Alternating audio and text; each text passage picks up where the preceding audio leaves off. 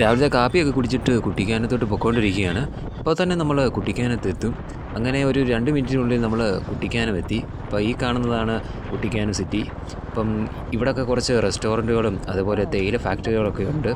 ഇവിടെ നിന്നാണ് നമ്മൾ കട്ടപ്പനയ്ക്കൊക്കെ തിരിയുന്ന റൂട്ട് വരുന്നത്. പിന്നെ ഈ കാണുന്നത് കുട്ടിക്കാനം മരിയൻ കോളേജാണ്.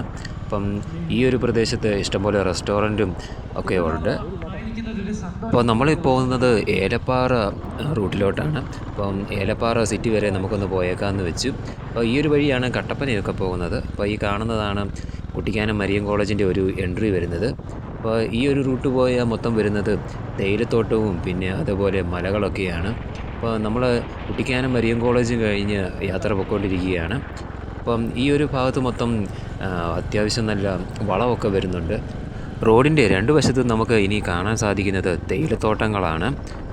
അതേപോലെ നമുക്കിവിടെ സ്റ്റേകളും അതേപോലെ റിസോർട്ടുകളൊക്കെ അവൈലബിൾ ആണ്. അപ്പോൾ ഈ കാണുന്നതാണ് നമ്മുടെ ഏലപ്പാറ വ്യൂ പോയിൻ്റ് എന്ന് പറയുന്നത്. അപ്പോൾ നമ്മൾ ഇവിടെ ഒന്ന് വണ്ടി നിർത്തി.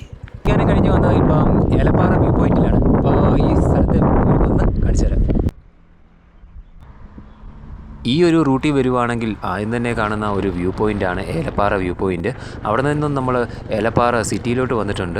ഇവിടെ അത്യാവശ്യം നല്ല ഷോപ്പുകളും റെസ്റ്റോറൻറ്റുകളും അതേപോലെ പള്ളികളും ഒക്കെയുള്ള ഒരു ഏരിയ തന്നെയാണ്. അപ്പം ഈ കാണുന്നതാണ് ഇവിടുത്തെ ബസ് സ്റ്റാൻഡ്. അപ്പോൾ അതിൻ്റെ പുറകിലൊരു പള്ളികളൊക്കെ നമുക്ക് കാണാൻ സാധിക്കും. അപ്പോൾ നമ്മൾ ഇവിടുന്ന് കുറച്ച് ദൂരം പോയിട്ട് നമ്മൾ തിരിച്ച് നമ്മൾ കുട്ടിക്കാനത്തോട്ട് തന്നെ പോവുകയാണ്. അങ്ങനെ നമ്മൾ കുട്ടിക്കാനം വന്നിട്ട് നമ്മൾ ഇപ്പോൾ പോകുന്നത് പരുന്തുംപാറ വ്യൂ പോയിൻറ്റിലോട്ടാണ്.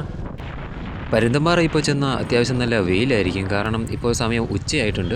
അപ്പോൾ ഇവിടുന്ന് വലത്തോട്ട് പോയാലാണ് നമ്മൾ പരുന്തുംപാറയിൽ ചെല്ലുന്നത്. ഇതിൻ്റെ ഒരു മെയിൻ എൻട്രൻസാണ് ഇപ്പോൾ കഴിഞ്ഞത്.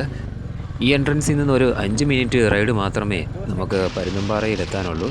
പിന്നെ ഈ പോകുന്ന വഴിക്കായിരുന്നു കഴിഞ്ഞ ഒരു പ്രാവശ്യം നീലക്കുറിഞ്ഞിയൊക്കെ പൂത്തത്.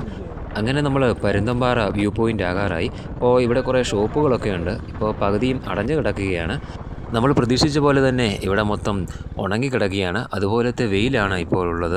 അപ്പോൾ ഇവിടെ നിന്നുള്ളൊരു വ്യൂ അടിപൊളിയാണ്, ഈ മൗണ്ടൻ്റെ വ്യൂ കാണാൻ വേണ്ടി. അപ്പോൾ നമ്മളിവിടുന്ന് താഴോട്ട് ഇറങ്ങിപ്പോവുകയാണ്. ഏതായാലും ഇവിടെ വരെ വന്നതല്ലേ എന്നോർത്തുകൊണ്ട് അറ്റം വരെ പോവുകയാണ്. അങ്ങനെ ഞങ്ങളിപ്പം പരുന്തുംപാറ വ്യൂ പോയിൻറ്റിലെത്തി. ഞങ്ങൾ താഴോട്ട് ഇറങ്ങിക്കൊണ്ടിരിക്കുകയാണ്. ഇപ്പോൾ സമയം ഒരു 2 മണിയായിട്ടുണ്ട്. അതുകൊണ്ട് നല്ല വെയിലാണ്. ഇവിടെയൊക്കെ കണ്ടാൽ തന്നെ അറിയാം. അപ്പോൾ വെയിൽ കാരണം പുല്ലൊന്നും ഇല്ല, എല്ലാം ഉണങ്ങി കരിഞ്ഞ് കിടക്കുകയാണ്. പിന്നെ ദൂരക്കാഴ്ച കാണാൻ നല്ല ഭംഗിയുണ്ട്. അപ്പോൾ ഏതായാലും നമുക്ക് താഴോട്ടൊന്ന് ഇറങ്ങിപ്പോകും. ഞാനിവിടെ ലാസ്റ്റ് വന്നത് ഒരു 1.5 കൊല്ലം മുന്നെയാണ്. അതായത് ഞാൻ കുവൈറ്റിൽ പോകുന്നതിന് മുന്നേ ഞാൻ ഇവിടെ ഒന്ന് വന്നായിരുന്നു. അന്ന് നല്ല മഴയൊക്കെ പെയ്ത് കിടക്കുന്നതുകൊണ്ട് നല്ല സെറ്റായിരുന്നു. അപ്പം ഇത് ആ മലയിലൊക്കെ കാണുന്ന 7 വട്ടം വെള്ളച്ചാട്ടമൊക്കെ നമുക്ക് ഇവിടുന്ന് കാണാൻ പറ്റും.